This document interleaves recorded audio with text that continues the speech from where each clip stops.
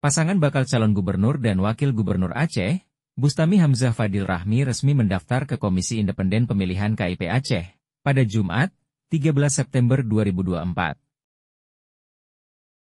Fadil Rahmi merupakan pengganti bakal calon wakil gubernur Muhammad Yusuf Awahab alias Tusop yang meninggal dunia pada 7 September lalu. Ketua KIP Aceh, Saiful mengatakan pihaknya akan melakukan pemeriksaan dokumen pasangan calon sesuai dengan persyaratan. KIP juga telah menjadwalkan kembali untuk tes kesehatan dan uji mampu baca Al-Quran bagi bakal calon wakil gubernur pengganti.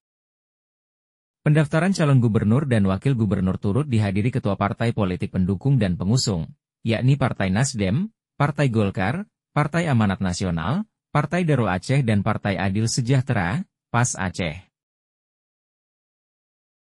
Tim Liputan Aceh Video.